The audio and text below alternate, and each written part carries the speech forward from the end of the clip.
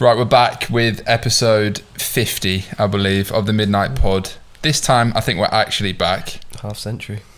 Yeah, it is. I did 9 months in a row, then took a slight hiatus in summer, then restarted, but then found myself too busy and with a lack of passion for the pod temporarily, so we did 6 episodes and then a few half-assed ones, which never actually went live. And the wine is back. We're starting with what I believe is a very expensive wine I was gifted by Simon, who's the finance guy for Space Goods. So thank you, Simon, if you're watching, which I feel like you probably are. It's nice. Good shit. We're back with the fucking Pink Lights red wine and somewhat of a co-host in Oliver Hudson, who plenty of money Twitter and whoever watches this pod probably seen on episode whatever it was, like a year and a bit ago, the most loose episode of the Midnight Pod in history. I'm surprised you managed to get the stain off the sofa from when I spilled. It's definitely still there. Yeah, it definitely is. And then the most somber episode last time, which was that wasn't great. We tried to do an episode in 180 House thinking it'd be cool to switch it up, but then I realised that just trying to change variables that don't need to be changed, and ultimately the cozy flat setup vibey is really the one. So we're doing a bit of cop-out episode because we've got loads of guests like next week, which we'll probably do some of with you, like co-hosting, and maybe some just me as well. We'll figure it out, trying like a new format-ish with like 2 hosts, I guess. But we're doing like a Q&A to get started because that's what the people seem to want a lot of times. I think doing like a monthly Q&A, or at least a bi-monthly one, is a good place to start. And I'll sling some questions back at you, but I don't know, I think a lot of them are like maybe brand specific. Yeah, there's a mixture. There's a lot that are ecom brand specific, some that are more general, life specific, some that are just rinses that are just coming at you for those orange trousers specifically. Yeah. So yeah, quite a big range. Don't know where you want to start, general or brand, because it's a pretty even You've split. got ones from Instagram and Twitter, right? Yeah. So we'll dive in, I guess. We'll start with something general. God, this is pretty deep. What are your parents' point of view on your career?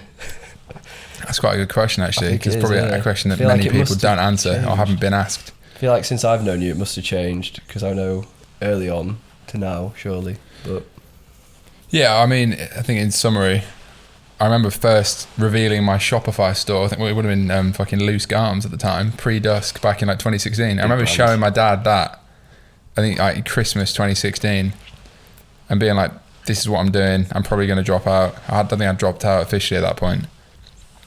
And I was like, yeah, these are the numbers, it's real, like this is what the fuck I'm doing. I think they probably always knew that I wasn't going to follow a traditional path, but until, I think it's just a generational thing, innit? They haven't necessarily seen, especially because my parents aren't entrepreneurial at all. Like my uncle is, but my parents aren't. So that, yeah, I think they were pretty worried at first, but scared. That's probably just the way they should be. And then eventually they just saw that it wasn't a fluke and I was going to keep doing shit. And even when I've had like ups and downs, by that point I was way too far into the game. I was never going to go back and get a fucking job or anything. Do you think they understand it? Do they understand what you do? I feel like that's a disconnect between generations. Is like, yeah, even if you try, you almost have to break it down in painstaking detail of like how you come to sell all this stuff on the internet. Or it's like quite a learning curve. I think my dad understands more than my mum, not to sound sexist, but just because he's like his job involves like business, whereas my mum doesn't.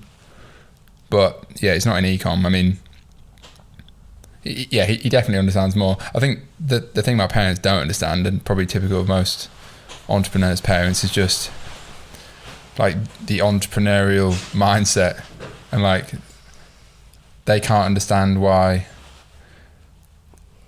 I don't know, like why I would even care about trying to build something big, like or whatever. Self-motivation and not working for someone else and pursuing a bigger goal, kind of. Yeah, I think they just understand my brother, who's a very interesting biological case maybe, because he's my twin, non-identical, so same womb, different eggs, but he's the complete fucking opposite of me in every way, and like he has a much more typical worldview, and he's definitely happier than me, but I just couldn't do what he does. Yeah, and live the way he does. Equally, I'd say he's knowing him. I wouldn't say I know him, but I know of him. He's equally as kind of high performance in some other aspects, I guess. Yeah, like, I think like Ironmans and shit. He's better academically than me. I was talking to someone about this today, actually. Like, it is possible to work a 9 to 5 and become ridiculously successful and wealthy. Like, yeah, most people would be a better choice. And it's not a wrong path. Like, there's people who get in early at massive companies, take share options, become wealthier than most people who start an online business ever would get anywhere near. 100%. Oh shit! No.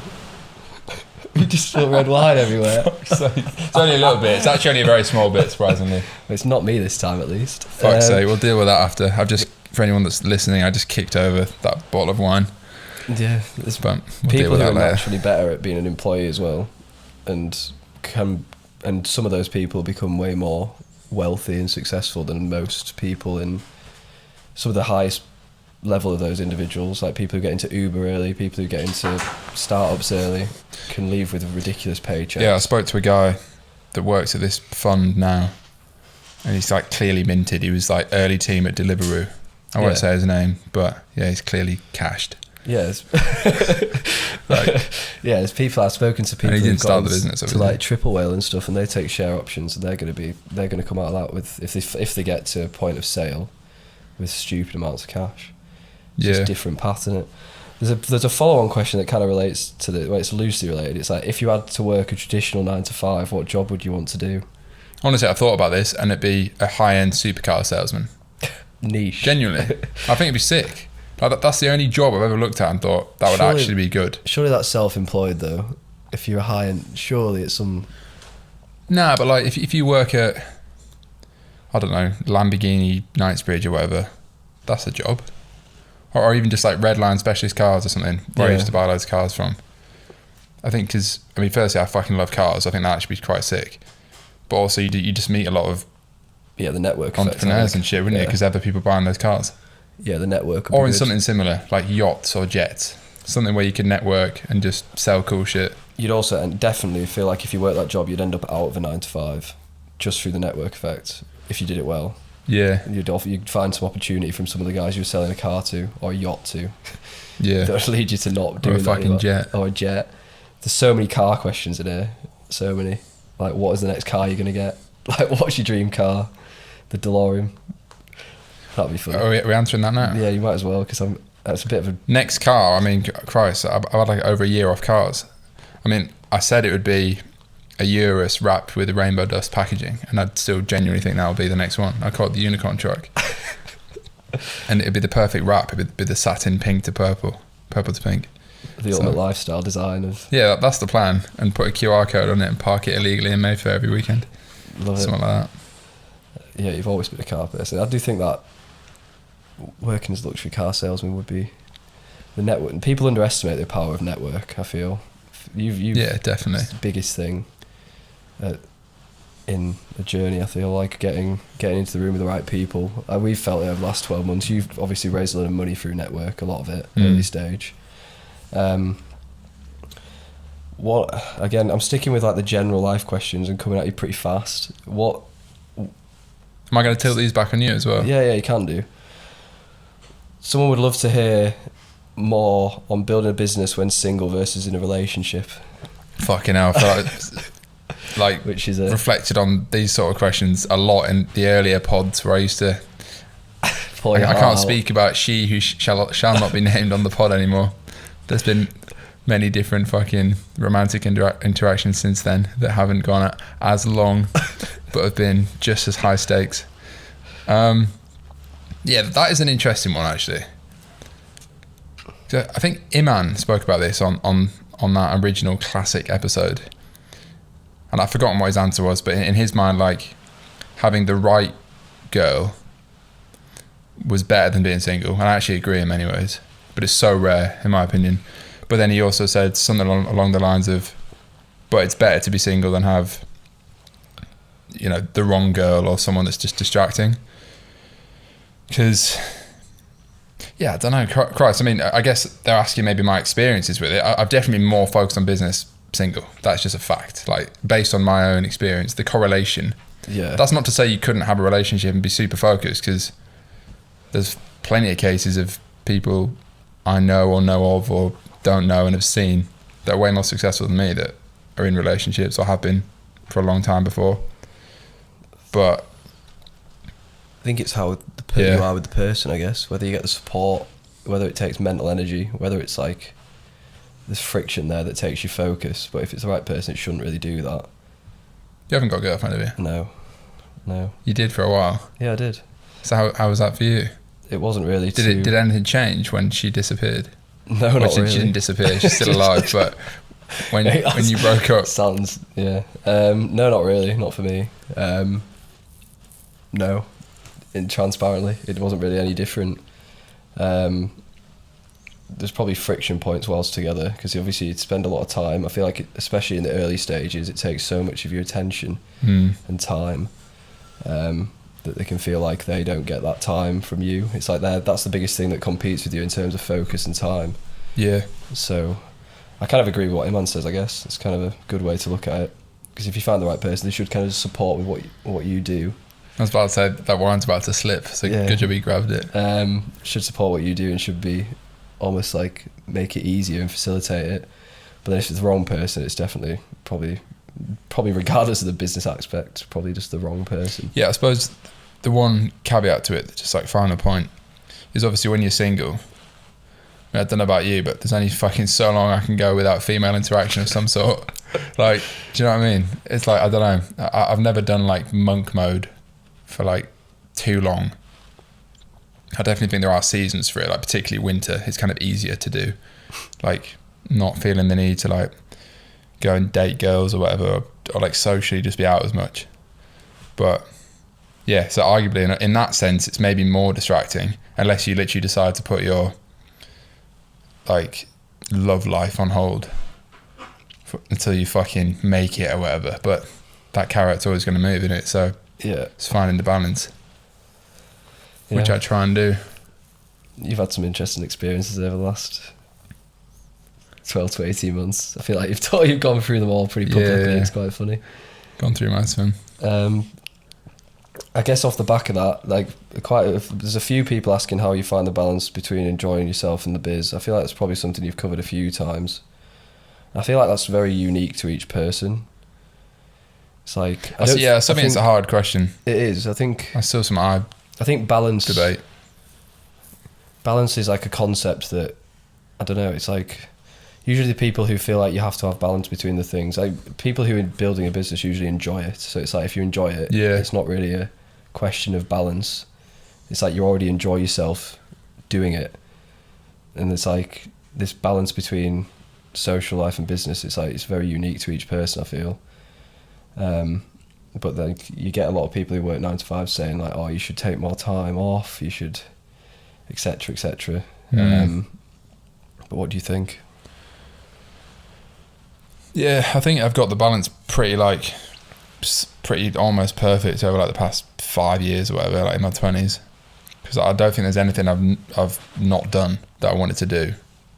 We were like traveling, fucking cars and shit, like stupid trips. I think seasons in it really. Like winter definitely feels like more of a knuckle down, get shit done. Q4. Yeah, exactly.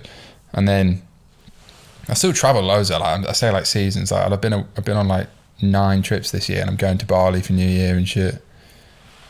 I think it gets to a point where you can set it up where you get more free time as well. Like early stages, you're always going to need to be less balanced if you really want to make it work. Yeah, and I do agree. It's like balance on like a day to day. It's like I genuinely have no desire to sit and watch like TV in the evening.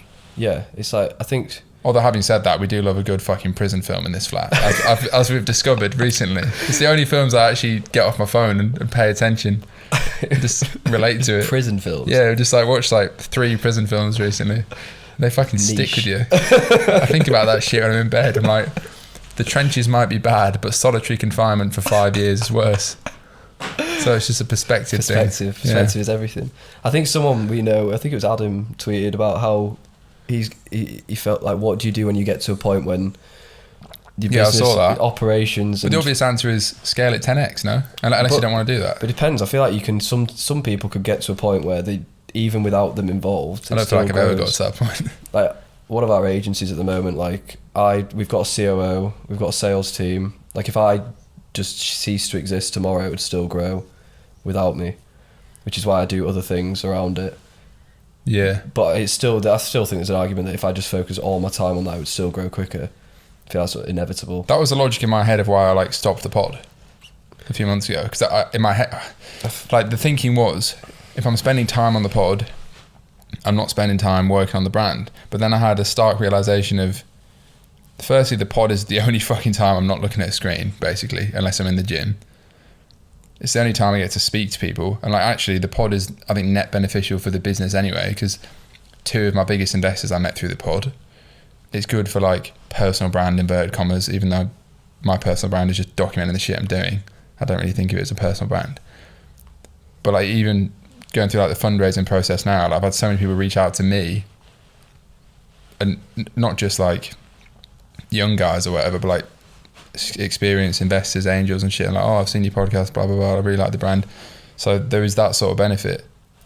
So I think with the pod like this is what I think maybe like outsiders wouldn't expect. Is like, yeah, we haven't got 1 million subscribers, but you've got, I don't know, a few thousand people watching this sort of content that's long form. Yeah, I think that's more valuable than 1 million views on TikTok. Yeah, definitely. It's hard. I'd rather have like 5,000 really engaged people than 5 million people who just watch it. And like half the people that watch this are like entrepreneurs or like investors and like, I guess like fairly high level people. Yeah, it's the same like with intellectually like, and shit. It's why it's more like stuff in. It's why like content within e-com on YouTube is more monetizable than exactly. Something so that's true. In like music or something very general, because Yeah. you go into an affluent audience. It's also within your vertical, so it connects you with people. And yeah, you say that you can't just sit in front of a computer screen and build your brand 12 hours a day. I find that I also think when you do that, the best ideas come to me never when I'm working, ever. Like, That's very true. It's like if I go on a walk or if I'm like just doing something else, I'll get an idea that's like a way better idea than if I'm trying to think about the exact problem sat at a computer screen. So you do need some time where you don't just stare at. I always get ideas when I'm in the gym or cycling back from the gym, and then I have to quickly scramble and note in my phone. Yeah. Happened like, today even. It happens so much, like gym I'm like, walks. wow. Must be something to do with like moving. There must be some science Steve Jobs Steve Jobs never took a meeting that wasn't a walk. Or someone did. Maybe I think it was him, yeah. He just always took meetings and walks. Yeah, it that makes sense. Jack goes for walks like twice a day. It's probably why he's scaling harder than me. Maybe that's the key. I just sit at my fucking desk. I think walks are sick. Walk with no phone as well. When you take the phone, it defeats the point of the walk, because you're still plugged in. Whereas if you go with no phone, you come up with so many ideas. I need to do that on my dog walks.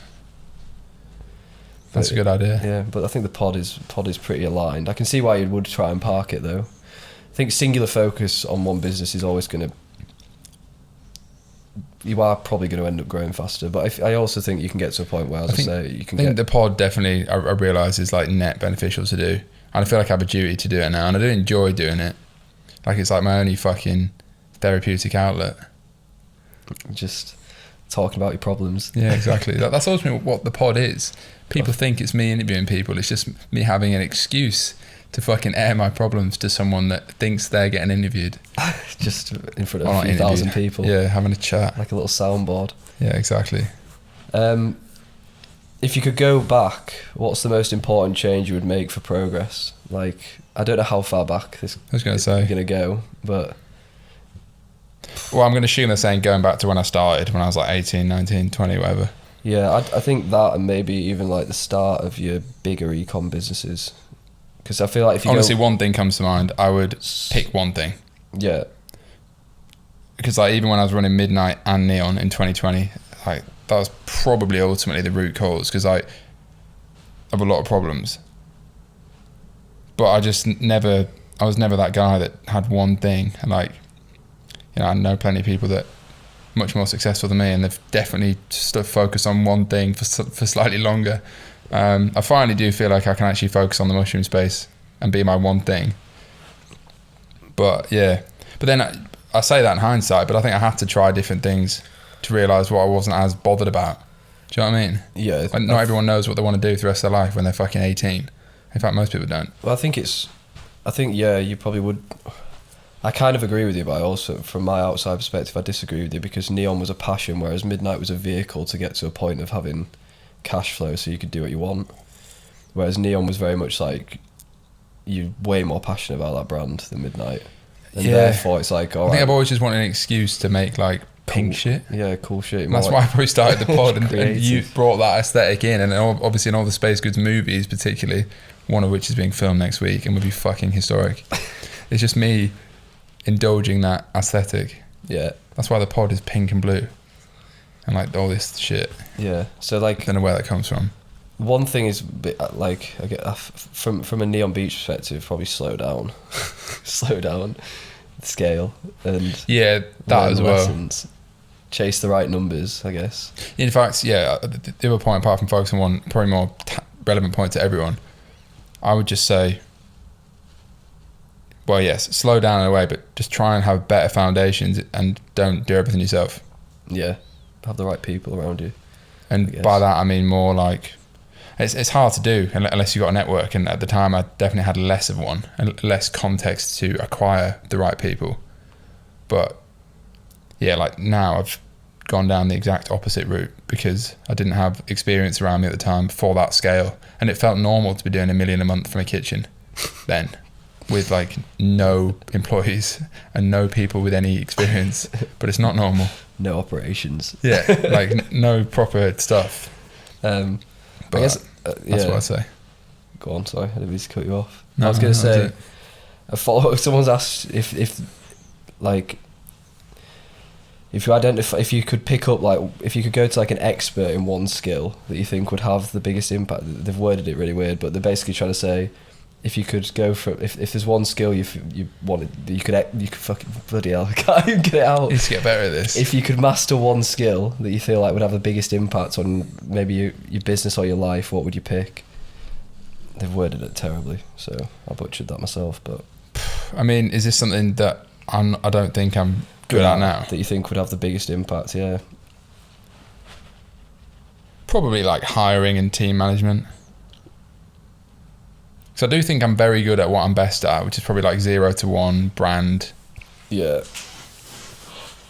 I don't think I've mastered it, but definitely getting there. But like, yeah, I'm not an operator in that. I like to just fucking be like borderline autistic and just fucking not speak to people and just do my own shit on my computer. Even though I do enjoy speaking to people more. It's just like the process of hiring someone new, I find like painful. Unless I know them and have like context, I'm like, oh fuck me.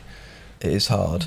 Like dealing with like human souls. Did I tell you that we got right at the start of COVID, we hired this guy on London wage, and throughout the London wage, what's that? As in like on a London obviously wage. we're based in. Oh Leeds, right, I so thought you meant like, it's like a website called so London like if Wage. if you're based in Leeds, you can pay people less than if you're in London because the living costs way higher down here. Convinced us through the whole interview process he was based in London, and then found out he was based in Kenya. Really? Like, yeah. Fucking hell. Gotta respect the hustle. Double. You didn't do any due diligence No, on that? I did, but like, just was convinced. He had a UK address, UK bank account, but he was just living in Kenya, and I only found out because Fucking hell. kind of That's I crooked. just had no idea. Then I found out because a client was like, "Are you outsourcing our work to Kenya?" And then I went on. Do you know if you go on Facebook Ad Library, you can see where people are running your ads from? Yeah. It just had Kenya, So where was this address from? central London, like somewhere. But how did he have that? I don't know. I had no So- idea. I didn't dig into it, to be honest. I just got rid of him. But Was he an employee? yeah, payroll employee. Fucking hell. But it's like it's so hard to hire. Like we've got it down now, I think. But I honestly fucking, I'm just not. yeah, I would say I'm like borderline disabled when it comes to that. yeah, you are definitely. I would definitely just get someone to do it for me at the next hiring point.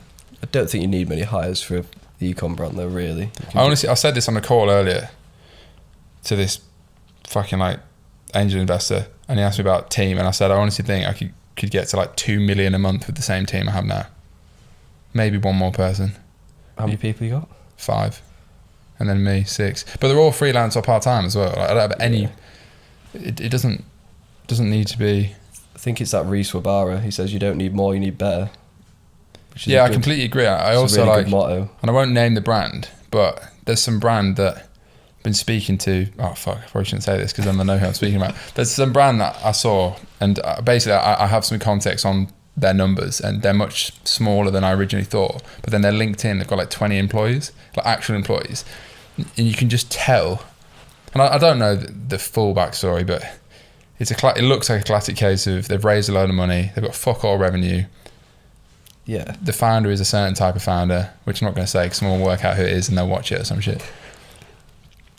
And it's just like their revenue, like annual revenue per employee must be like 10 grand or some bullshit. Well, not quite that low, but in my mind, I think as a lean ecom brand, you should be doing $1 million per year per person, basically, as a general rule of thumb. Maybe not quite as high in certain spaces. So like if you've got a team of 10, you should be doing 10 million a year. Yeah, beyond a certain point. Well, it depends how much of the process at least $500,000 per. Yeah, that's like true. If you own, because obviously if you're outsourcing 3PL and shit, it's way lower. Like it depends on the setup of the company, but I think you can do it really lean. You can do it lean if you've got killers, but you need like shit hot people. Yeah, there's some companies we work with where you go in and you're like, what are 5 people on this call even here for? Yeah, they don't say anything, they don't engage in anything, they're just like... It's actually so funny as well, because I've been on like a few calls with like, I was looking at some headless commerce thing, for example, the other day, like some enterprise level software basically, and the first question I ask is like, can I ask your role in the company? I was like, I'm the founder. I feel like I do everything. Like who do you think I was? Like the fractional fucking vice president of tech. Like come on, I'm the founder. Yeah. Shut up. Let's just get on with the meeting. I don't know, just like strange corporate shit. And like they knew the details of the business. It's like you think they'd just Google it. Yeah. There is so many people in companies that do fuck all.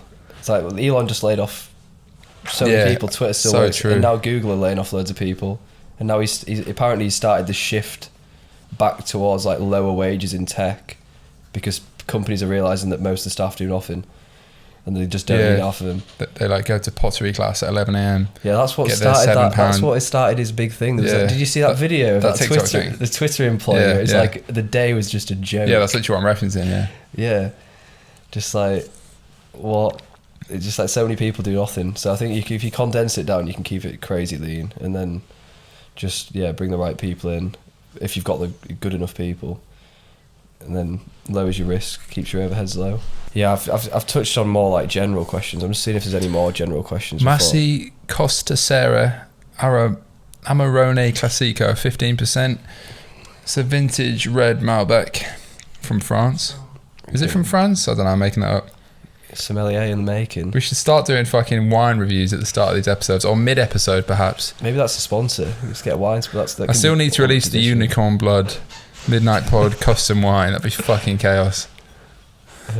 Anyway, moving on. I'm just rattling through these questions. Started with the kind of general stuff, but there's a lot that are quite like technical ecom questions. I guess a good segue from like general to that is like what someone's asked: Are you ever unsure on what the next step is to take the brand to the next level? Like, do you ever feel like you lack that vision or clarity on like what's the best next step?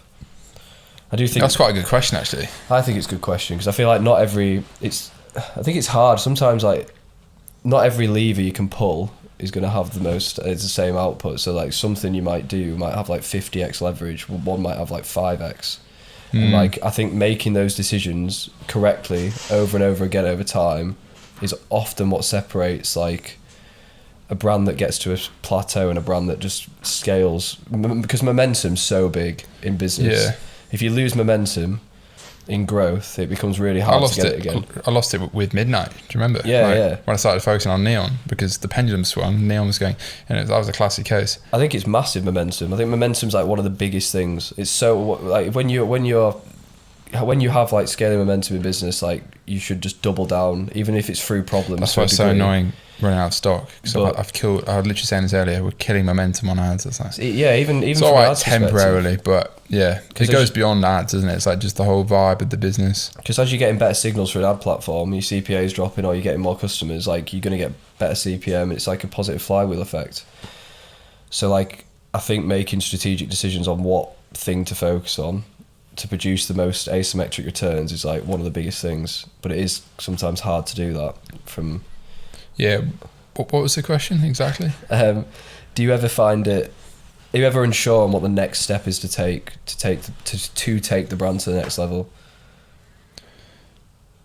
Yeah, I mean, I feel like I never worked on a brand long enough in the past, funnily enough, to like think beyond because I feel like, and funnily enough, Jimmy Hill, Hairburst, who was I'm saying his full name because people search the episode. He said on the episode with him that he thinks that the 0 to a million or a few million in revenue is the hardest part. And I stopped in my tracks and thought, fucking hell, if you think that's the hardest part, then I'm onto a winner. 'Cause I've done that like twice before, and 3 times if you include like drop shipping. And I found that the easiest part. My problem was I felt like I got to bedroom brand scale every time, and I've already done that again with Space Goods now. Like a few million run rate, fine. So like, if you think that's the hardest part, then all right, cool, we're on to a winner. But for me, I suppose I'd never really thought beyond that, because I never spent more than I think 18 months on one brand without starting another fucking brand, which sounds ridiculous, but I guess I'm still relatively young, so I've got time to I need to focus. Like, I guess the first thought is, yes, I've never really gone long enough, so now I've thought from the start I need to go at least 5 years in this brand, no matter what the fuck happens. Yeah. Or at least 3. If someone comes and buys us in year 3, fine. But, so yeah, I suppose now, mainly because I've got fucking investors, which is fucking invaluable, and like particularly like probably Alex and Jimmy, and then yeah, probably those two I speak to most, because they've built and sold businesses and actually made a fuckload of money. Not like money Twitter, I'm a guru money, like actual money from a real business, which is very different, in my opinion. Because there's very few people that have actually done that. And like on Twitter and all these, I don't know, bullshit spheres, people just flex and they're not actually rich, whereas these guys are actually rich. So yeah, and learning how they think about things has helped me think about like what I'm actually trying to achieve with the business. And like, yeah, I guess I've got a bit clearer on it, but like, what's the question? Like the next step? Are you ever unsure on like, say you've got to a certain point, it's like what the next step is to take to get to the next level? I mean, yeah, so it's quite hard. It's quite a hard question because it's like, there's usually not one thing that takes you to the next level. It's so like, there's so many things and it gradually goes to the next thing. You don't just launch this campaign and go from X to Y in like one step. It's like your ecosystem lifts over time. Do you know the one thing I will say then? I think this will come up in another question, and I've thinking about this before. I think the whole, again, money Twitter sphere and just like younger, newer like e-com guys or whatever that are starting businesses, I think they only think about ads. It's literally all they think about. Yeah. Like, that's why if you go on Twitter, there's only threads about ads. There's never threads about products. There's never threads about general broader strategy. There's never threads about basically anything else. Yeah. And like the other things are what you should be thinking about. Because for example, I don't even think of Space Goods as a D2C brand. I think of it as a brand that happens to currently be selling one SKU on D2C. You want to get it from as close to D2C to as close to SaaS as you can, because you're a subscription product. Like, you want to get to a point where your churn rate and your subscription is at the level of a SaaS business. But you're probably never going to get to that point. But I meant more like, I don't even think of it as an e-com brand. Right, I think of it as a brand that is currently selling, or more than just a brand. I think of it as like a vision or a mission I was going to say, that is currently selling an e-commerce product. Because what I mean by that is like, I think longer term, it could be more of like a fucking science company.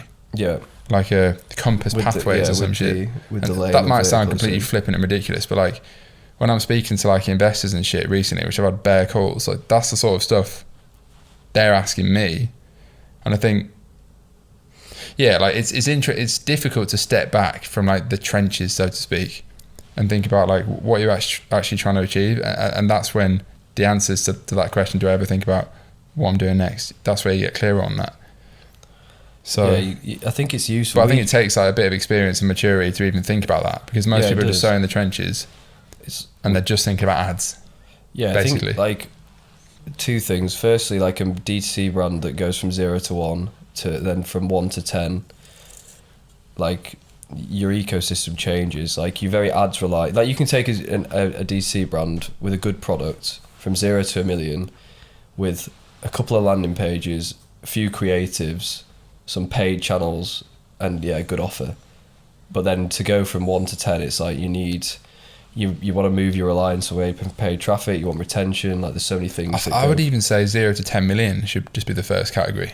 Yeah, just simple. Or certainly 0 to 3 to 5 million. Yeah, you don't need much, and that's how you test products really quickly as well. You don't want to build like this mad ecosystem before you've got proof of concept. Then secondly, I think like we do a thing with quite a lot of our clients where you try and pull the business out to what we call like a 30,000 foot view. So I feel like when you're really in the trenches, like you overcomplicate what you're actually doing. But like a successful e-com brand or a successful company is usually you're usually doing like less tasks than you think really well is the key to get into scale. So like an e-commerce brand is like production, manufacturing, logistics, attention, conversion and retention. Like that's all it is. It's like you produce something, you fulfill it, you get attention on it, you convert the attention through a website / landing page, then you retain those customers. It's like you're fundamentally doing those 5 things and doing it well. And if you do all of them well, then you kind of, there's a little weasel in the corner. I have to go let this little cunt in. Keep speaking. Yeah, go on. That is a little 40-minute prison session. Come on. What's going to be like that? Hey? He's coming in. Come on. He'll be more relaxed and sedated now. Hey, come here. Come here. Oh, don't not fuck. Alright, just keep going. But I think like when you pull it out to that kind of I think simplify complexity, and that allows you to then get this viewpoint of like, right, where's my bottleneck in this process? Is it production? Is it logistics? Is it getting enough awareness? Is it getting conversion at a good enough point? Is it retaining customers? And then you just zoom in, fix it, then zoom out again. I think if you repeat that process, that's how we treat our agency growth. It's like, where is our bottleneck? Go in, relentlessly fix the bottleneck, zoom out, find the next bottleneck. And that's all the business is like, what is your limitation on taking input to output? So for you, it's like taking product to revenue profitably. It's like if you can identify that bottleneck every time and focus on fixing it, then it's just going to get more efficient as you put more input in and more out. Like, I don't know if that makes sense. Yeah, it does. Sam Evans used to speak about that a lot. I think he has like some chart for it. That's where I got that video. That's literally the video. He's taken that video off YouTube, so you can't reference it. I need to remake it. That's so true. I have this like fucking god level Google sheet, which is like, I think it's called Scale Unicorn Focus Planning. And it's got like multiple tabs, and like one of the tabs is like, what is the biggest problem right now? Yeah. And that's relevant to the question Jack mentioned earlier. And like, I guess the biggest problem right now is I don't have enough stock. So like it's like, okay, how do I fix that problem? I either buy more stock, find more suppliers, or find more suppliers, get more cash to buy bigger bunches of stock, so it's less of a recurring problem, or I like reduce the lead time. There's a billion ways to look at it. So I think that's an answer to that question. Is like, as long as you have some setup that allows you to identify what your bottleneck is, then you should never really be unsure of what the next step is. Like you might not know exactly what it is. So if you need more, it's harder in some areas. So if say you need like you've got everything else is going well, all you need to do is feed more people into the funnel, then maybe you need to work out what the best channel or mechanism is to do that. But like if you know that like your conversion rate's unreal, your retention's unreal, your product and your logistics is fine, then it gives you a focus of like, right, how do I just increase the eyeballs on this? I think the one thing I learned from the previous businesses is now I'm just trying to make everything as beautifully simple as possible. Like I almost don't even want to launch fucking Dream Dust because it's a new product. Like I have this vision that I could just get to 100 million revenue with just one SKU. Athletic Greens have done it.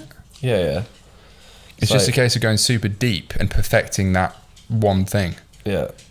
They've done it so well. Like, do you take Athletic Greens? Just fucking over there, I've got a box, but I drink it. Every call I've had recently with investors and shit, I reference Huel and Athletic Greens.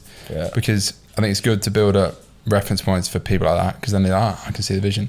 But then also, I'm subscribers to both, and I think they're like the most beautiful businesses ever. Although I didn't get when Huel went into clothing. I think that was weird. Odd. Weird. But that was got too much money. Yeah, exactly. But particularly Athletic Greens, that's probably an even better example because they've got, I think they technically have more than one SKU. They've got a few other like accessories, which I guess is similar to me, but their one primary are so SKU. Complementary though, like so perfectly aligned. I ordered from them and I got the accessories in a box and then the actual supplement in a different package, which I was like, you must be... Really? I got the full box over there, which is like the full... It's weird. Maybe it's pretty expensive as well. It's like 80 quid a month. Yeah, 79 quid a month. But I feel like it works, so I'm keep mine. Yeah, I don't know if it's placebo, but... If it is, it still works. It feels like it works. So, Yeah, simplicity is what I'm trying to do. Are there any other brands like that? There's a couple of brands. One brand I'm really liking at the moment is Pure Sport. Do you follow those? Yeah, I do. I've got their pitch deck. I think I mentioned them to you the other day. Like, I think they're a cool brand. Yeah, they're a cool brand in the supplement space. I like the community bit. Like, Very community. I think any brand that has a really strong community aspect is a real winner. It will be a real winner because it spreads like word of mouth. Like, word of mouth is so powerful. Yeah. So any brand that you get referred to word of mouth is like a sign of a good brand, like you're doing something right. They're an example. Yeah, if there's anything else. Yeah, I'm trying to think. Is there anything I've seen that I really like? Anything recently? Pure Sport are cool. I mean, in terms of simplicity, there's not many businesses that get that big with so little SKUs, which is what I've always, whenever I saw Athletic Greens, I was just like, something about it just clicked. Yeah. And I ripped their fucking landing page for my Black Friday offer. Did you? Yeah. Did it convert? Yeah, pretty good. Love it. So, I mean, just, they're not a competitor, so it's like, it felt ethical. Oh, here he is. A little co-host. You're in a different lane to them. You're going to very different people. Theirs is very, like, cut and dry, black and white, like yours is more creative. Yeah. Way more creative. I think they've grown so fast. It's crazy. I mean, it's like 12 years old, to be fair. Yeah, but that's what I guess. I didn't even know that. But that's a sign of that's an example where you think it's overnight success, but then the work is actually. I'd never heard of him until about a year ago. I only heard of him off the podcast they started ripping, and then when I'd heard of him, I couldn't get away from same. him. It's like getting like 12 frequency a day off just them. Yeah, on socials. But yeah, I think like. A good way to approach business is always try and get a 30,000 view, like 30,000 foot view. I can't remember who told me that saying. Like, try and just step as far back as possible and simplify everything. Because usually you think it's more complex than it actually is. When you actually pull out, it's like you are usually just doing 5 like macro things that have loads of little subtasks well. Yeah, that's very true. To your output. It's like life is simple, humans make it complicated. Yeah, and it's just like get out of the weeds and focus on what matters, and you'll probably beat most people. Yeah, next question. What do you think are the best business models for 2023? That's a bit of I don't know if that's even a good question. I feel right, I'm going to explain why I hate this sort of question, right? Yeah. Because I think it comes from the classic mindset of people that are forcing themselves to start a business, whereas I always think that's the wrong way around. Like, for me, for example, like I just got into e-com because I like designing logos. That was it. Maybe that's way more romantic and fucking cute than other people's examples. But like, I don't know, people that start an agency because they watched a certain person's YouTube video, it feels a bit forced. I was discussing and this that with question, someone. I imagine, comes from someone who's in that mindset. Yeah, I want to start a business because I want to be like X person. Well, that probably it's comes not coming from a mindset. place of actual interest or passion. So yeah, that probably comes from a mindset of like, what's the easiest way for me to make money?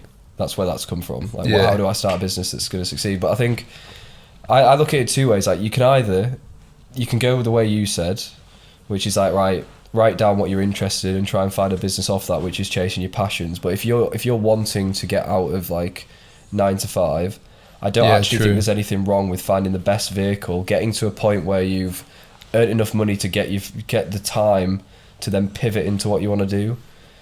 Because I think like fundamentally there is some businesses that are easier to start than others, and easier to get to a point of making maybe 5k a month take home, which then gives you time and freedom to then pivot into what you're actually interested in. Yeah, so with that said, yeah, I agree. Because it's funny, because I can never cite exactly how I even got into e-com, because it like happened so gradually, and like I took fucking ages to do it compared to all these TikTok millionaires that flex their Cartier watches and shit and naming no names. But yeah, I do agree. I think chasing your passions is fundamentally I think starting an agency is way easier than starting a brand. Yeah, it is. It's maybe not way easier, it's way less risky financially, I suppose. It's probably a better way to put it. But like that is why, if we're completely honest, there is 20 agency owners to every brand owner, probably more, at least certainly on Twitter. And I get it because it's a cash flow business. A lot. And it makes sense. It's basically the only business you can start. That or drop shipping if you have no money. And drop shipping is a lot harder, at least from what I know these days. You got to separate a true agency from one person in a bedroom. Yeah, that's very true. So like freelancer versus agency, like you're a glorified freelancer until you have an in-house team of people servicing businesses at a high level that don't leave you after 2 months. Yeah, that's when you become an agency, true. And when you get word of mouth, like snowball effect. Yeah, I'm just sick of all these inverted commas agencies, which is like an 18-year-old in their bedroom. And I respect the hustle, but sending like automated emails when you have no experience, trying to sign people to pay a $5,000 retainer, it's like daylight robbery. You should do free trials, in my opinion, until you get a case study. That's how we grew. We do a free trial, prove you actually do what you do, charge the person for the free trial, then use the case study as proof of concept to sign more clients. But everyone shuns case studies and they're like, everyone shuns free trials. But it's not ethical to go to a business owner who has to spend their money on Facebook through you and say, like, I'm going to get you these results when you've never done it before. Yeah, I agree. That's how you got started, isn't it? Yeah, I did free trials for a couple of companies out of my bedroom. You have to. It's just like go work for free. You have to get your hands dirty. Yeah, go work for free. In any arena. And if you're good at it, you'll only have to work for free for 30 to 60 days. And then you can put in a contract, if we hit X target, then you'll pay us anyway. So it's like a time-based trial. Yeah, I could ramble on about the agency space so long, but like I think the problem is all these, not that everyone is 18-year-old and whatever, but like the typical 18-year-old that's finished school or 21-year-old that's finished union wants to start a business. They go to agency, but then they watch certain YouTubers and they think, oh, they're multimillionaires, so I need to be a multimillionaire within a fucking year. So I'm going to charge as much as I can for the most subpar service and pretend I'm making much more money than I am. Like a lot of people on Twitter. Yeah. Who like fucking seem to think that everyone makes $500,000 a month, lives in Marbella, and like there's a lot of examples of this. Whereas it's like that's not the reality of starting a business that you started a year ago. Like there's so many people, particularly on Twitter as well, that have been in business a year and think they're like the fucking goat of the industry, and it's just like disrespectful. It's like to get to a point of like a true agency that's mature. We've got like nearly 30 team members. Like once you get to that size, like you're not going to make more than 30. Like a good agency makes 30% profit margin on that. Like good, like that. And again, like at that point, it becomes a people business. Like you're selling people's time. It's a very much a culture play. Like. What takes you from 0 to 1 doesn't take you from 1 to 10 for like even a service based business. Like you can earn, if your goal is to take home 5 to 10k a month, you should be a freelancer. You shouldn't try and build an agency. You should go and sell your own time. Yeah. Get ridiculously good at one skill and then go sell it to people like you, and go and be like, oh, I'll do your media buying across 3 platforms for 5k a month, but I'll absolutely kill it as one person, and like loads of companies would hire that person. Yeah, like, the key thing there is absolutely kill it and be good at it. So like, there's too many people that actually aren't very good at what they do, trying to charge loads. Like we would always rather provide more value than what we charge for than provide like that. That's just that like undercharge, over deliver. Like not undercharge, like you don't want to underprice your service, but like always over deliver. Always go further than you actually. Like if we're contracted to do Facebook ads, we'll consult on like CRO, we'll consult on like content, but we're fundamentally paid to just do the media buying. But like you over deliver, and then you get more opportunities, and that's how you should. So to answer his question, the best business model if you're just getting started is definitely service based. Like I think it's because you're just selling your time. Yeah. You don't have to have any cash. That could be anything. Like one opportunity that I think is really good right now is. Doing TikTok marketing for local businesses, because everybody uses TikTok as a search engine for local. Like if you're going to London, for example, you'll be like, oh, I won't search Google anymore, I'll search on TikTok. You could do content for local businesses, charge them like $1,000 a month each for restaurants and bars and shit, and just do the TikTok content and SEO. Yeah, I'm still trying to find an agency to do TikTok organic properly. To manage it. I actually paid an agency 2 months ago, $5,000, and they still haven't published a video. There's a bit of that was my fault because the stock didn't arrive, and whatever. But anyway, I'm not going to go into it because I'm letting them redeem themselves. But it's a classic case of I just got fucking upsold on a call. They made me make the payment on the call. Shouldn't have paid until product had arrived with the creator, all this shit. And like 2 months later, they've been paid 8 weeks ago, and I haven't received anything yet. Yeah. And it's like, wait a minute, I'm a mug in this situation. Yeah. I'm being too nice about this. You are, definitely. I just want to answer his question with another podcast that you should go listen to.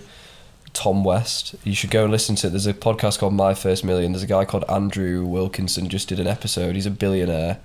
He has a portfolio of maybe like 50 companies. He owns everything from brick and mortar to SaaS, all the way through e-com, service-based. And he does an episode on best businesses to start based on his experience. So he's probably the most well-placed Yeah, because this pod's very e-com world. focused, but there's a lot of shit that isn't e-com and might actually be better for a lot of people. He's the most well-placed person in the world. He literally spends 40 minutes talking about it. Go listen to that. You'll get a lot of value. Yeah, there's some interesting questions here.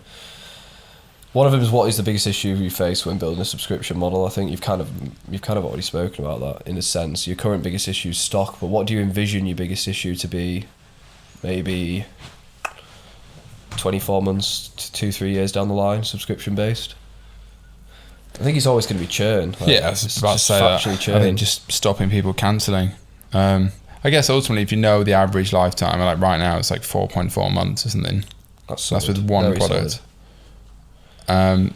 As long as your LTV to CAC ratio works out over like 6 months or a year, and you know the churn, I think the biggest problem would be churn suddenly massively increasing, and then suddenly your numbers as a business don't make sense. Yeah, through recession or something. Yeah, Because that's what one of the first things to go through recession is subscriptions. Like people just can't cancel and shit. Just factually. I think the key to churn as a subscription company is usually, like SaaS, is obviously you're one product now, and I think this becomes easier as you get bigger with more funding, and especially in the vertical you're in. If people are subscribed to your products but they see you doing such rapid innovation and being like the leader in this space and bringing out new products like rapidly, then and adding value to them from like a, not even just like, obviously they're subscribed to maybe space like a core SKU, but you're adding value to them through information or events. Like there's so, like when you get to that size, it becomes easier for someone. It's ultimately a value add. Like if you're adding value beyond the price point of the subscription, yeah, exactly. you're not going to leave. It's perceived That's value. why I think It's you like, have to not compete on price. Yeah. Because I had a few Perceived people value is ask me like, massive. "Oh, you're more expensive than this brand. Is that a problem?" It's like, no, I don't think it is, because I think particularly with subscription, yeah, it's all about value and like trying to build a brand.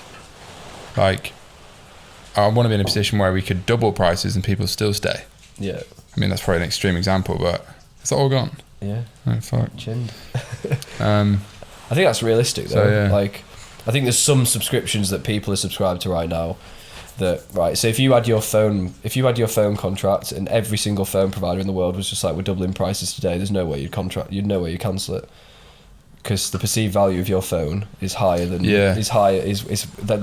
utility you get from that. there's Is definitely probably a lot of subscriptions I have that I probably don't even know I have. Yeah.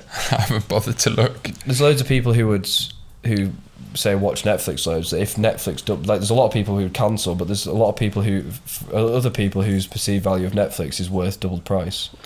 Yeah. It's like it's very unique to each person. It's very hard to predict because each person's characteristics and behavior and price sensitivity is different. But it's all about like whether and it can shift with economic climate and things like that can change your perceived value of something. But it's ultimately keeping that perceived value of your subscription higher than the product price. Like what the net benefit of them being subscribed higher than the product price. And that doesn't just have to come from the product.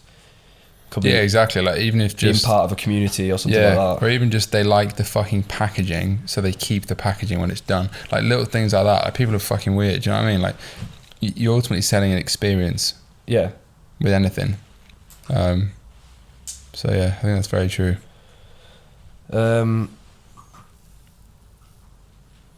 God.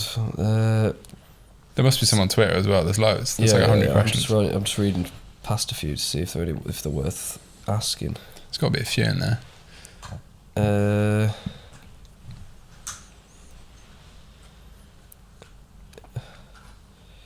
My dog is chewing a red pen marker. He's a chaotic little hound. He's chaotic. His face right now. He's crooked. He's enjoying it. He's loving it. You can have it. How are you finding the second capital raise plans, and what are your plans on deploying it if you've got those in place? Yeah, that's quite a good question actually, because I'm the world's most transparent man. I'll just be upfront about it. So I'm trying to raise £1 million at a £10 million pre-money valuation, which and I'm confident I can do that, by the way. If I can do that 8 months into the business, and that's a pretty fucking good result on paper. Very good sign. For me and every investor, including you. Yeah. You're fucking 5x or whatever, 6x, I don't even know. Yeah, 6x I think.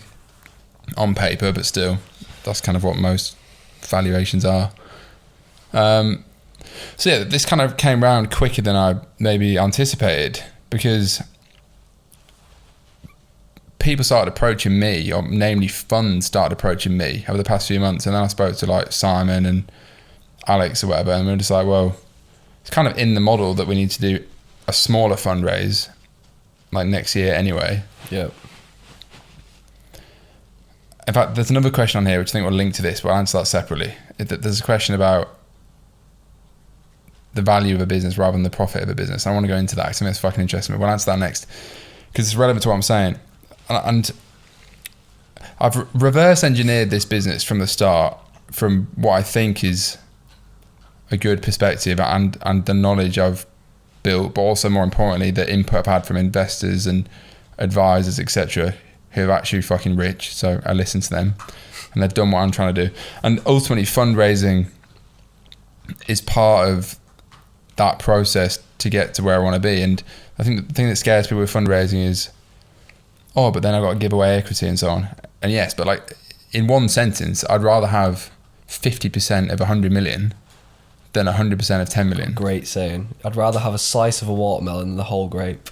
Yeah, I've heard that before. It's the same shit. It's the same shit, yeah. It's great So, like, saying. I love putting that in a out. nutshell is the logic behind let's fundraise to go bigger as soon as possible. So yeah, the plan is £1 million at 10 million pre-money, which means that pre-money, for anyone that doesn't understand, means essentially it means that £1 million doesn't get 10% exactly. It'll end up being like 9.61% or some bullshit because you have to create new shares. That's why it's called pre-money and post-money. So the post-money valuation might technically be like 10.72 million or something. I'm gonna have to take that felt tip off him. He's through the lid. He's through the lid. Fucking hell. The felt tip puppy. Yeah, he's filth. He's such a crook. He needs his ball. I don't know where the fuck his ball's gone. Anyway, don't knock that over. Yeah, wait, sorry to interrupt. Carry on. So how's that process been? So my logic was make a fucking pitch deck, which I hadn't done properly in a while. So I whipped a 35-pager up, which basically, I had like a teaser version and a full version on pitch.com, which I'd recommend, by the way. Might get them to sponsor the pod. Whipped that up in a weekend, having no experience really making pitch decks. Apparently it was quite good. I think it looks good.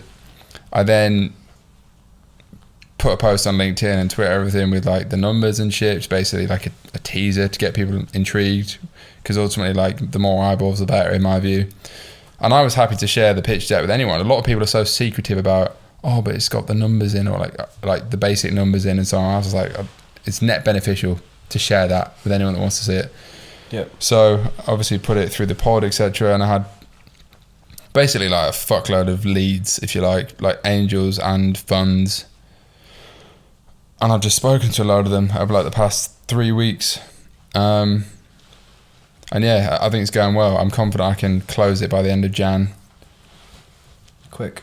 Which apparently would be pretty impressive in this market if I actually can do that by the end of Jan at that valuation this soon.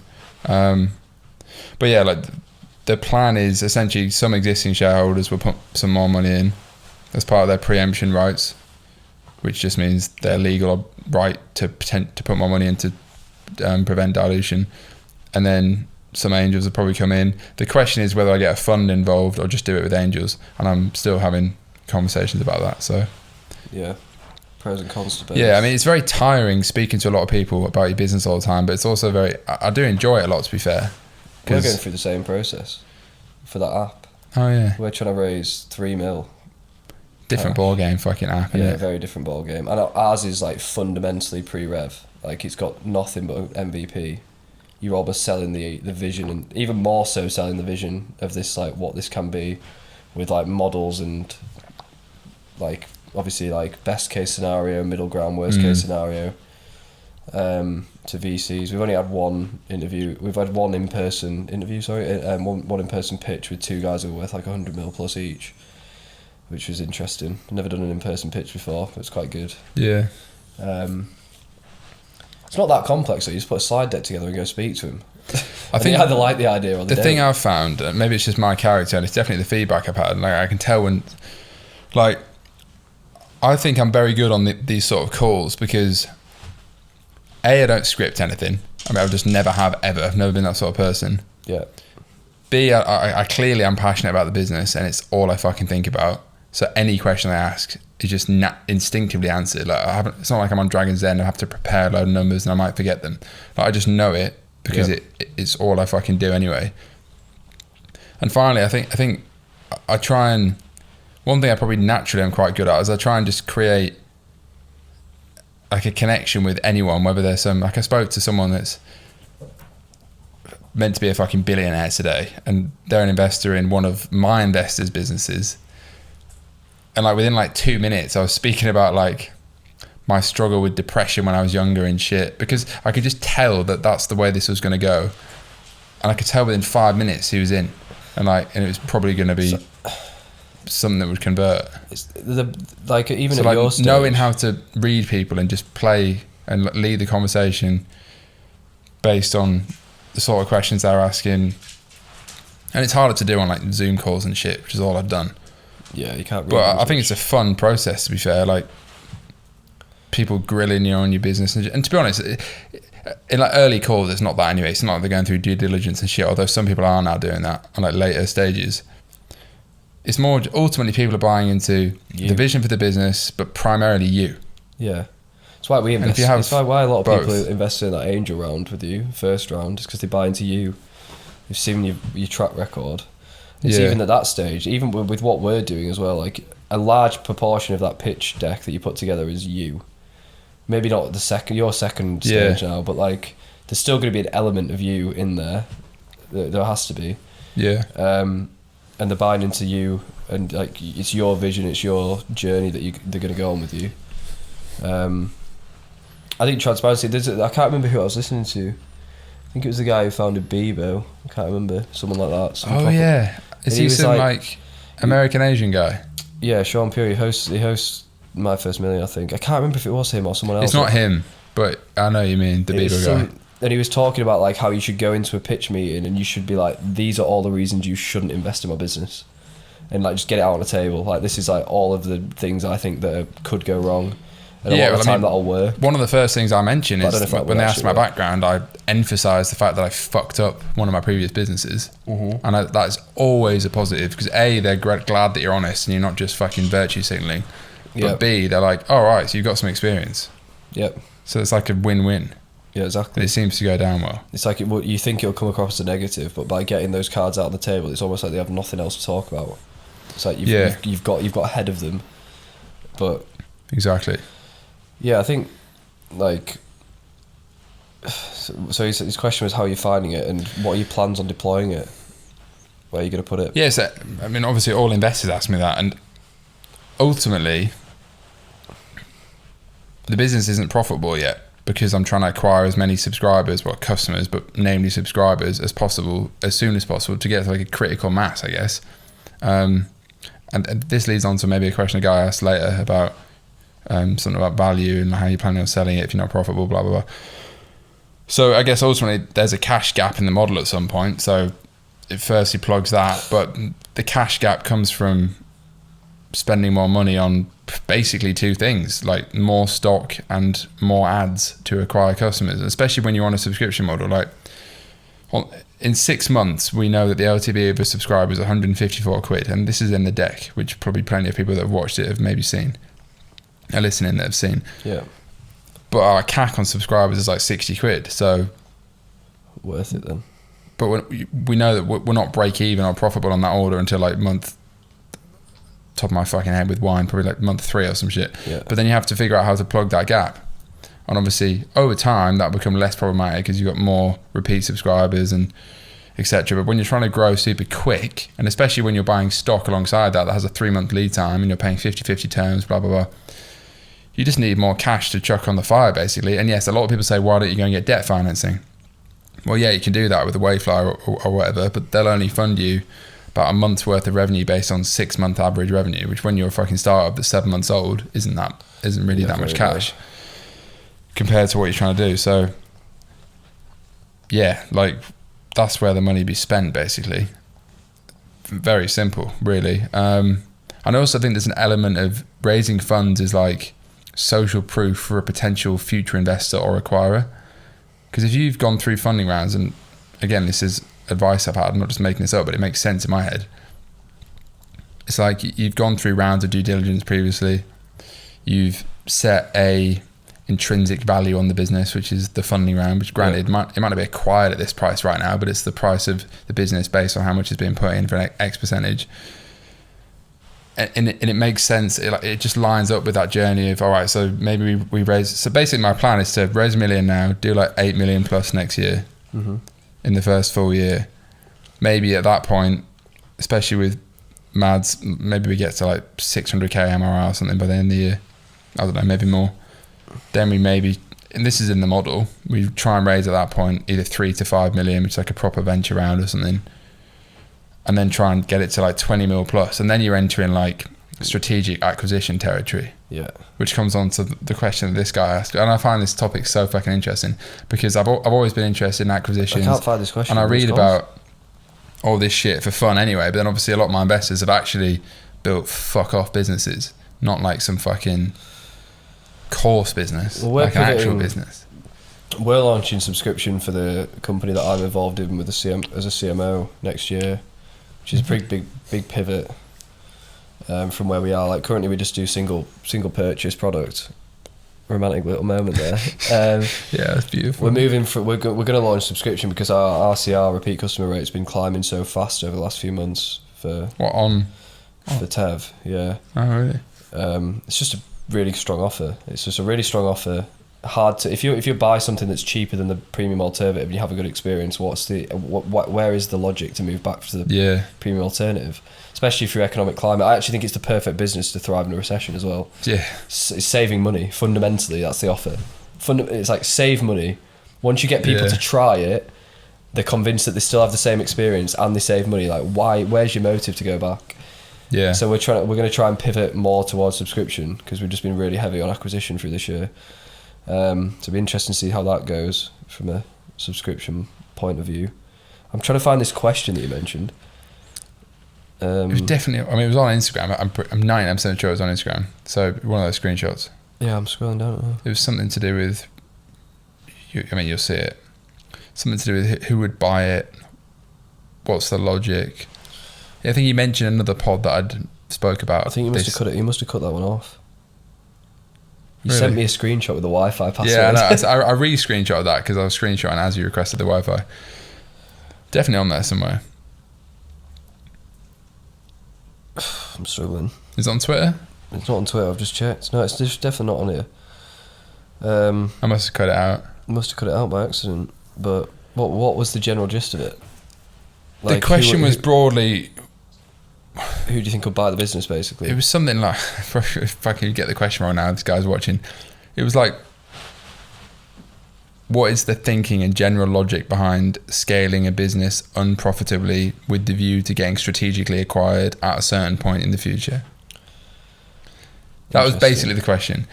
And in layman's terms, he was asking, how do you think you get to the point where you get strategically acquired? He's basically saying, how do you get to the point where you get acquired for a fuckload of money without even necessarily being profitable? That happens to so many businesses. Which is what all the biggest acquisitions are, basically. Like, so especially it's and people less so miss this entirely on less so in e-com, I think. Definitely less in e-com. It's way more B2B SaaS and so on. SaaS, HubSpot's a great example. If you go and look through, I've read into this. If you look through, HubSpot is a ridiculous business. The size and scale of it is ridiculous. I can't remember how much the guy sold it for. He nearly died. The guy who sold HubSpot nearly died in a snowmobile accident 3 days after he sold it. Really? Yeah, he snowmobiled off a cliff into a tree. Fucking hell, that must have been a loose post-exit party. With his son, and then had like 1 bar service. If he hadn't won 1 bar service, he would have died. It's pretty mad. Anyway, tangent. But they've acquired loads of things, but they acquire audience. They acquired My First Million, didn't they? No, they acquired The Hustle. They did acquire My First Million. They acquired The Hustle as well, which one of the people who... Sounds like I do like Sam Parr. I do like that pod. Yeah, he run The Hustle, which is like a... It's like a premium subscription newsletter, which is basically like business ideas and shit. But they acquired that, but they are not acquiring that for the value of that. They're acquiring it for the value of the audience that is part of that like that, bringing that audience into the ecosystem and being able to sell their product as part of that funnel. It's basically acquiring a funnel of customers to their product that they know are high value individuals who are in the sector that they're in. So I think like e-com's a little bit different because I feel like it's harder to push someone from one brand to another. It's in like than it is from a SaaS that fundamentally solves their needs. Yeah, it's not as, well, I don't know, maybe that's not true. I also think the broader view, like people typically think, and I'm definitely just regurgitating what much wiser and richer and more experienced people have said to me. So I don't think this is me trying to give advice because I'm fucking clueless. But this is what I've learned, and it's a way of thinking about it, is like a business or a brand or an acquisition, you have to kind of understand how money works and like how these private money markets work. Because genuinely, if you're selling a business for a load of money, unless you're IPOing, which let's assume you're not, you're being bought by a private equity fund or a VC fund, essentially just a bunch of my fucking dog's licking. I found another pen. Let's let him have it. You're being acquired by a fund, which is a collective of private money from investors, angels, family offices, whatever it is. Essentially, ultimately, what they want to do when they invest or acquire a business, which is probably your most likely exit scenario, or my investment scenario, if I get a fund involved, is they want to put 10 million quid in, and in 3 years, it's worth 30 million quid. Yeah. Because the asset is potentially worth that to the next fund or the next exit scenario or an IPO situation. So that doesn't necessarily mean they're not buying the fucking P&L. No. They're buying ultimately like, and this is one thing my uncle said to me, who is an entrepreneur. He said this to me like 2 months ago, and this is something I think about all the time anyway, and it was just the fact he said it as well, so true. All you should ultimately care about as an entrepreneur, particularly if you're trying to build like a long-term business, is the EV, the enterprise value. What is the business worth? EBITDA is irrelevant. It's not irrelevant entirely, but that's the thing everyone focuses on when they're getting started. How much profit does the business make? And that's fine. But the EBITDA is one factor that influences the EV. I think you even see this at big scale. So like, a really good example of this is Klarna and Shopify, right? Yeah. Klarna until recently was only available on Shopify stores, but Shopify stock was worth less than Klarna because Shopify went through the COVID boom and then its growth rate dropped. And then that's what like public stocks are. A lot of public stocks are such a factor of the growth rate. If the growth rate drops, then the whole value of the stock falls. And it's enterprise value is definitely true. It's also a timing thing. And enterprise value is probably it's a very complex thing to calculate. I feel, and in fact, like enterprise value, putting a value on that is. Yeah, I mean, I'm definitely not an expert on that, but ultimately, like the point is, your focus should be on what is the business worth and improving the things that boost how much it's worth. So, for example, like growth rate is one. How much of a market leader is it seen as? How much future potential does it still have that it hasn't even explored yet? Like, how many new products could be launched we haven't even touched yet? Like, is this a trend or is it like a legitimate thing that's growing? Like, all these are things that influence the value of something. And I have very much reverse engineered why I've gone into the mushroom space, because I ultimately want to build a business that could be acquired for a fucking multiple of revenue. Yeah. Not for a 2x of EBITDA, like some fucking flipper acquisition. Yeah. And like bedroom brands go for that. And you don't want to be playing in that arena. And this is another thing that Jimmy told me, and it kind of made sense. If you want to get strategically acquired, which is when they'll pay 20x profit or multiple of revenue, you need to be 20 million plus revenue. And I read loads of threads on this, because when you enter that realm, because there's so few brands actually doing that, you then become like the big dog in that space. And like every brand, every fucking customer probably knows you. Like everyone in that space knows that brand. And suddenly you could be worth a multiple of revenue, rather than just you're another fucking brand in the space. You look like everyone else. You're a cookie cutter brand. Household names. Exactly. Yeah, because then your brand equity. Look at all the biggest ever acquisitions. They're never a fucking little multiple of profit. It's like, maybe some exceptions, but very rarely. Like Ring Doorbell. That's a good example. Like, that's fucking mad acquisition. Yeah. Buying for $1 billion. But then timing as well, because right now it's probably a shit time to sell a business. 2 years ago it's probably a great time. A year ago it's probably a decent time. Depends what. But then there's economic cycles. So like arguably building a business now, and again, this is what people have said to me, and I hope it's true.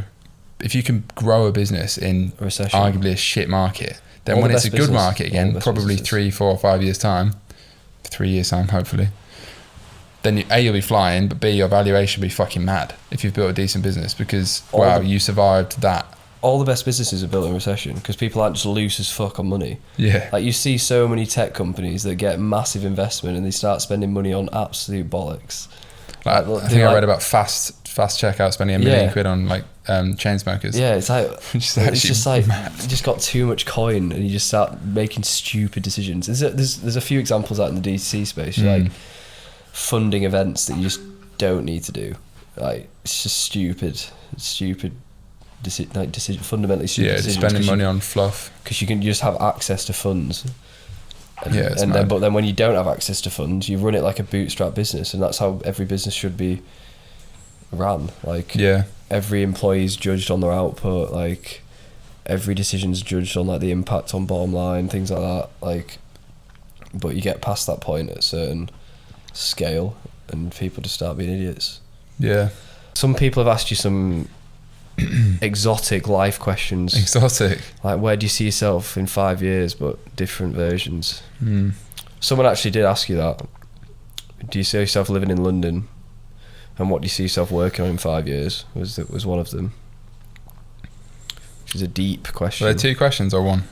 That was like, it was. Well, I added the. Yeah, I do see myself in London. I find the hatred for London on Twitter and rather comical because it comes from people that have A, never travelled, B, are about 19, and C, only think Dubai is good because certain YouTubers live there. I hate Dubai. Like, I understand the logic in winter, granted it's sunny, but like the whole rhetoric and like the whole narrative of London's, you just get stabbed in London. I've literally never felt unsafe in London. Maybe you just need to go to the gym more or something, I don't know. Maybe you're just living in a shithole. I need to upgrade your setup. Yeah, we do live in a bit of a bubble, but I also think the majority of places in the world where you feel nice and safe, a bit of a bubble. Like we live in Camden, there's some characters, but I don't feel unsafe. I think everywhere has unsafe places. I think Dubai's like, I like the idea of Dubai, but I just feel like I like the idea of it, but the reality of it, and I've been there plenty of times, and for me it's just very fake. There's also people in the UK that I enjoy. And it's also the UAE, a place that until about 10 years ago, like, shot people's arms off for stealing shit, and like it's people that think it's like westernized are just wrong. It's got a western front, and I think it's cool, but full of I wouldn't want to do that. So the answer is I'll definitely be based in London still, but I'll just travel. I have no plans to leave London as a base though.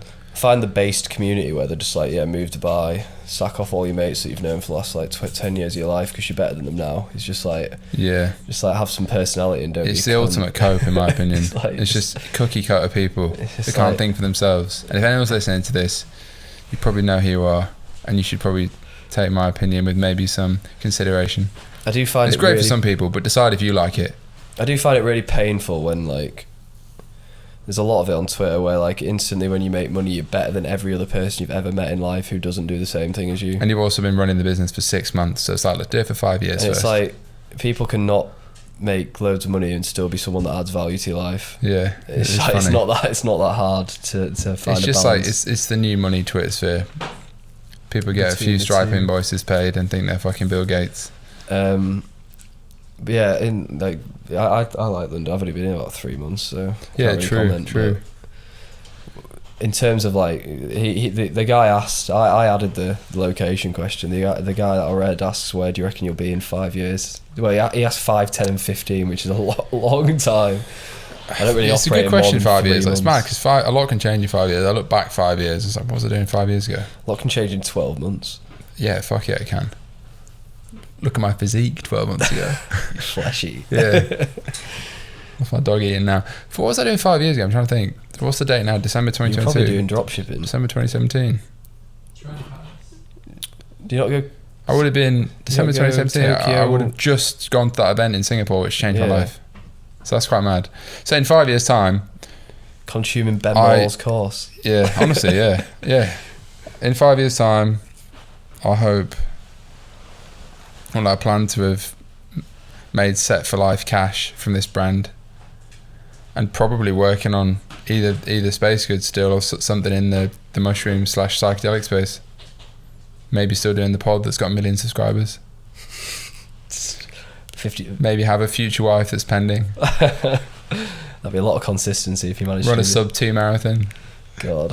Kipchoge is asking me for advice. At 86 kilos. Yeah. Sub 2 at 86. That'd be fucked. That'd be quick. How about you? What about 5 years? I struggle to think more than 3 years in advance. 3 months in same. advance. Like fucking 12. If you said 12 months ago that I was going to be living in London, doing like 2 other businesses. I think looking back 12 months is actually quite important for perspective, because sometimes I think every day like, oh, nothing's changed, I'm fucking moving too slow. I didn't even have the idea for space goods 12 months ago. It's I was going to do toothpaste tablets. Yeah, you were. I remember that phase. That's actually mad. It is. 12 months is a long time. I feel like reflection's important as well. Not enough people reflect. Very true. And it can be quite productive. It's, again, linking to what I was saying about business earlier, like it's easy to get in the weeds and not realize what the problem is. It's also easy to get in the weeds of life and not realize how much progress you've made over a period of time. That's beautiful. That's getting clipped. It definitely is. It definitely is. I'm trying to. Your screenshots has vanished. Because when you zoom out, you always make more progress than you think. Way more progress.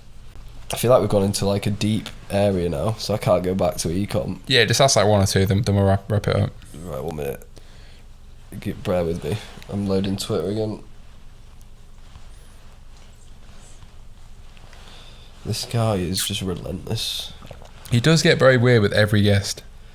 I think it's just like it's a new person. He just gets intrigued. Where's his obsession with? He's just broken that pen as well. Where did he get that pen from? I think it was Jack's. Is that your first time using a trackpad? Yeah, sick. You've been using a mouse for the past few years. Is it better? Mouse screams poverty. Are they actually better? Yeah. I've always thought I've never tried them because honestly, when I started using a trackpad like 3 years ago, it's so much quicker. Really? Yeah, I swear it is. Because you have more surface area. Yeah, like you can just like flick your finger like a fucking Really? like you're like a conductor or some shit. Like, whereas a mouse is like A symphony orchestra of scale. yeah, you can set it to be quicker as well. Mad. Oh, can you? Fuck. You've not done that yet? I'm a rapid mouse. Yeah, go to settings, trackpad. It's also got click hardness. You can change everything. God, would you rather be I'll probably edit this myself to go out on Sunday, by the way, because Brad won't do this in time. Would you rather be an anxious genius or a joyful fool? An anxious genius any day of the week. That's a pretty mad question. 'Cause that's what I am. Yeah, I think that's what a lot of people in. I think that's what any genius probably is. I read something. genius, Have I'm you read joking. that thing about how 50%, and we're probably, I don't know if we're back into this, but have you read that thing about how 50% of people don't have an internal monologue?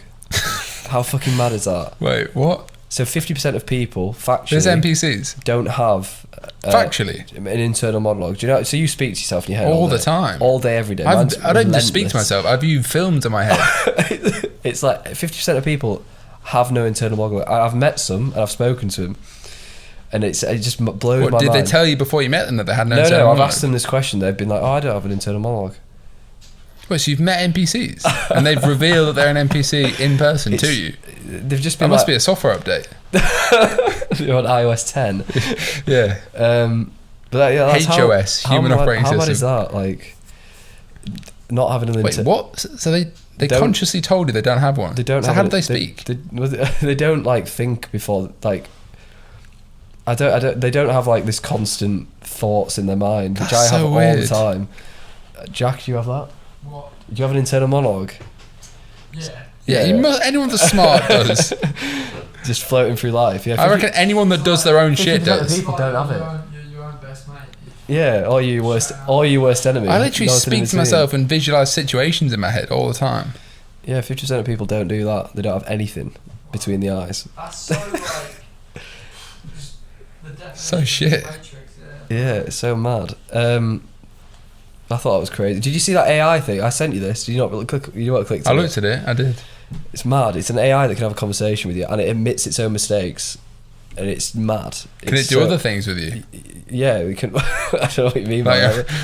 Because that sort of technology is probably fucking dangerous. I think like AI is mad. Like, where do you like AI will replace so much in the next 15, 20 years. Oh, he put his head down. It's cute, isn't it? But yeah, it's like a chat bot where you can. It's like it's like CPT or something. My dog's sucking you off. It's like it's OpenAI. They did another one, but you can like you can put a piece of code in that's wrong, and it'll send you the right one, and it'll explain why it was wrong and how to get to the right answer. Is this part of like that DALL-E thing from Sam Altman? Yeah, it's the same thing. Same thing. He's probably gonna be a trillionaire from that. Yeah, AI will destroy. Like, there'll be no people running Facebook ads when AI gets to a point of being like. Yeah, you'll just say, "Make me profitable, thanks." Yeah, just plug it in. Yeah, fuck. Like a lot of that's what I think. Like, that's the biggest problem for like service-based businesses that don't take too much like creativity. The thing with Facebook ads is you've got creative feedback and stuff, but like things that are very like black and white, right? Like fundamentally like yes or no answers are just gonna get replaced so quick. Which is mad. That was it. Yeah, I was reading a thread on it today. It was nuts. It was so nuts. I sent you it, but that is mad. I didn't read the full thing. Yeah, of course you didn't. It's a brief little click. Too busy smashing through PE interviews. Yeah. I'm trying to find more questions. No, the rest of them are just not. Don't have to ask loads more. We've done an hour and a half, pretty much. Maybe one more, or I can ask you one, or we can wrap up. One more good one. Twitter ones are pretty dead, to be honest. One of them was, "What did you eat for breakfast?" I get I get barely any engagement on Q&A stuff on Twitter. It's always Instagram, weirdly. Really? Yeah, way more on Instagram. I just don't really use Instagram. You smash Instagram, actually. Do you want me to ask you what the favourite childhood memory was? Yeah, go on then, because I've actually got one. Well, maybe not favourite, but one that sticks with me the most. I've got a few that sticks with you. Alright. I've got one that sticks with me. So, alright, I'll ask you final question for the pod. It's a niche question. It's deep, it's niche, it's general. What was your favourite childhood memory and what made it memorable? Or I guess you can just remove the favourite, but what was like a memorable childhood memory? Honestly, the only thing I consistently think about, maybe it's just because I'm like OCD and autistic or whatever, but one memory I jump to is winning the national schools in rowing when I was 16. I guess I wasn't a kid, but in my childhood, with David Bruce, who came on the pod, who rowed the Atlantic. Yeah, and I still know the exact splits that we were ahead of our competition at every 500 metres. It was 1.51, 1.9, we won by 0.9 seconds. Because that was the first time I ever realised in my life, it's probably why it stuck with me, that if you work hard, you can be the best. And that sounds deep, dramatic and shit, but genuinely, at the time, that was like my entire world. Yeah. And I still think back to that and think, I did that when I was 16, why can't I do something else? And there's a similar mentality with like the marathon and shit. That's probably why I like sporting events, because it reminds me of that time. Yeah, we covered that in the last one. Like someone asked you a question on. So honestly, one, I don't know why it is so profound. Maybe it's because it literally like maybe it changed my identity. Because I went from thinking I'm just a normal bloke to actually I can be a winner. Yeah. On a big scale. And there's probably things like that happen to everyone along the way that suddenly give them the confidence to think they can be somebody or whatever. Like transformational moments. Yeah. How about definitely. you? I didn't think you were going to flip that around on me. I actually don't have anything off the top of my head. God. It wasn't coxing University 4. Bugs 4. down that threatening street. No one watching this will know what that means. But niche reference. I don't know. I have like random family members, but nothing in the scale of that. I don't have anything to give you there. It's a pretty shit answer. No, that's alright. Someone asked in this on that whether. Again, so we answered this on the last episode about the fitness versus business and whether there's correlation, but there definitely is, and it's definitely. I think there's definitely a correlation. Yeah, I saw that question. More than it's fundamentals that come from it, rather than there's obviously exceptions. There's plenty of exceptions, but yeah, I would urge anyone that isn't in shape to just go and get in like ridiculous shape, and I think you'll definitely find that you just work better and you build the discipline in it. Really, go and run a sub-3 marathon. Come back to me. Go rub it. Harder than it row looks. a sub 6:30. 2K. Yeah, I was actually thinking this. This is really going off tangent, but then we'll wrap up. What do you reckon the equivalent is, rowing wise, on the erg to do a sub-3 marathon for the average person? What were your top 1%? Yeah, probably sub 6:30, 6:20, like heavyweight. Yeah, I guess it's all relevant to if you're. So what's because as a rower, it's different, isn't it? What's the top 1% for a heavyweight rower? Probably sub. No idea. Sub 6. Yeah, if you got probably if you got everyone in society that isn't a rower, just like random people. Maybe not sub 620. Probably sub 620 is like top 10% of the rowers, so probably like sub 630. Yeah, I don't know enough about rowing statistics to comment, but it's a niche one. But what's the equivalent in e-commerce? You know what's funny? Like, I was actually, this is a big tangent, but I feel like running a sub 3 marathon is harder than scaling to a 7-figure brand for sure. Yeah, and obviously definitely. I'd say I sound like I'm smoke. I felt like that was actually so hard. Yeah. It's hard to compare because more people. It's very hard to compare. More people try and run marathons than try and build e-com stores. Yeah, and there's way more variables outside your control in e-com and entrepreneurship, which is why I liked running, to be fair, because it's just you. Be interesting to see how many people who started if you gave them all the tools, how many people from the London Marathon could get to $1 million a month, $1 million a year in sales. I reckon more people than another subset of society that wasn't in the marathon, for sure, because the principles. Yeah. But yeah, it's interesting. Well, yeah. What a tangent. I'll let you wrap up. Yeah, I guess with that said, we're back with the fucking Midnight Pod. It's episode 50. The wine is back. The pink lights are back. I actually have like 3 episodes booked next week. I think Lucy booked them for me. The guests are back. So, yeah, man. I always said it really fucking annoyed me because I said I did, from day one. I said I'd do 52 episodes in 52 weeks. I didn't do that. I did 48 episodes in 48 weeks, and then took a strange like 2-month hiatus. 6 more episodes. No, sorry, it wasn't even 48 and 48. It was like 44 and 44 and 48 in like 55 or some bullshit. But anyway, sometimes life gets in the way. But I still think the podcast has been more consistent than 99% of podcasts, arguably. And fuck me, doing a podcast is a lot more work than people think. It's more commitment though. And I think that's part of why I wanted to do it again, because it's like, fuck, I said I'd do it. Let's get back on it. A bit of structure it's always as well. a cozy vibe. Bit of structure, a bit of commitment. 52 episodes in 52 weeks. The only 2 episodes ever spilt wine were the Iman episode, the most viewed episode of all time, and I looked like a fucking ugly fat piece of shit because I was in a bad place. That was almost bang on a year ago. That's very strange. And the episode with you where we spilt, I think, like a whole bottle. I spilt like 3/4 of all. Whereas this one's just a little stain. I might have to get a carpet cleaner in here before I move out because I don't know. It's damage. But yeah. Yeah, if you enjoy the pod, subscribe. There is more coming back. Recommend it to a friend or like good shit. Click all the fucking links below. I need to monetize this fucking audience more. And sponsors coming. Yeah, exactly. We'll see you in the next episode. Cheers for watching. Peace. Bye.